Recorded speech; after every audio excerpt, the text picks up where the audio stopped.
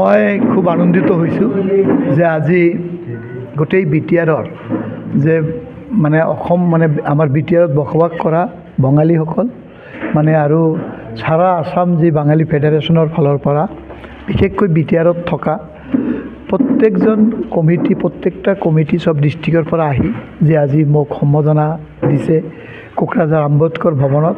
তাত মই খুব সুখী হৈছোঁ, আনন্দিত হৈছোঁ। এনেকুৱা লাগিছে যে মোৰ নিজৰ মানুহ আছে, মোক ভাল পোৱা মানুহ আছে। তো মোৰ অন্তৰটো চুই গৈছে আৰু বহুতেই ভাল লাগিছে। আৰু মই ভাবোঁ যে আজিৰ পৰা মোৰ আৰু দায়িত্বও বাঢ়িল যে ইমান দিন যদি মোক কোনোবা এটা কথা কৈছে হয়তো 100% কৰিব নোৱাৰিলেও কিবা এটা কৰিছোঁ, কিন্তু এতিয়া মই ভাবোঁ যে মোৰ দায়িত্ব বাঢ়ি গ'ল, সিহঁতৰ কাৰণে কাম কৰিব লাগিব। কাৰণ আজি আপুনিও জানে যে সংগঠন যিসকল ব্যক্তিয়ে কৰে বা সংগঠন চলায় সিহঁতে জীৱনত বহুত কষ্ট কৰি পেলাই সংগঠন কৰে। কাৰণ সংগঠনৰ কোনো ফাণ্ড নাথাকে, সংগঠনৰ কোনো পইচা নাথাকে, কিন্তু মানুহটো সংগঠন কৰিবলৈতো পইচা লাগে। তো সেইকাৰণে মই ভাবোঁ সিহঁতে নিজে উপাৰ্জন কৰি এই পইচা খৰচা কৰি সংগঠন চলায় আৰু জাতিৰ হৈ মাত মাতে, জাতিৰ হৈ কাম কৰে। তাৰ কাৰণে মই ফেডাৰেশ্যনৰ প্ৰত্যেকজন ব্যক্তিকে মই ধন্যবাদ জনাইছোঁ। আৰু লগে লগে আমাৰ যিমান সংগঠন আছে প্ৰত্যেক সংগঠনৰ ব্যক্তিক মই প্ৰণাম জনাইছোঁ।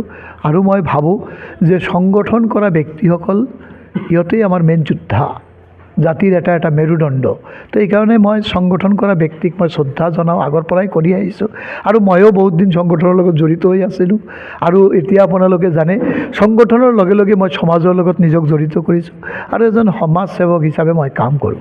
তো এতিয়া ৰাইজৰ আশীৰ্বাদত মই যেতিয়া MCLA হৈছোঁ, তাৰপিছত মোৰ কৰ্মত বা আমাৰ চবৰ আশীৰ্বাদত মই EM হৈছোঁ। মই ভাবোঁ যে ঈশ্বৰ প্ৰভু ভগৱানক মই ধন্যবাদ জনাওঁ যে এখেতে মোৰ কৃপা কৰিছে কাৰণে আজি মই এই কুৰ্চীত বহিব পাৰিছোঁ। আৰু 35 লাখ জনসাধাৰণৰ হৈ কাম কৰিব লাগিব বুলি ভাবি মই আৰু একদম মই সঁচা কথা কৈছোঁ, মই সততা আৰু নিষ্ঠাৰে মই কাম কৰি যাম আৰু প্ৰত্যেক জাতি জনগোষ্ঠীক লগত লৈ মই কাম কৰিম।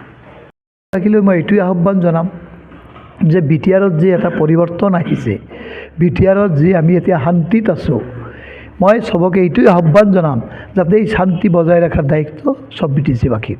মই আপোনালোককো জনাইছোঁ, সাংবাদিক ভাইসকলকো জনাইছোঁ যাতে এই শান্তিটো আপোনালোকে চবেই মিলি আমি বজাই ৰাখিব পাৰোঁ, এইটোৱেই মই আহ্বান জনাম। এবাৰ সম্বোধনা জ্ঞাপন কৰাৰ জন্য আমি আহ্বান জানাই।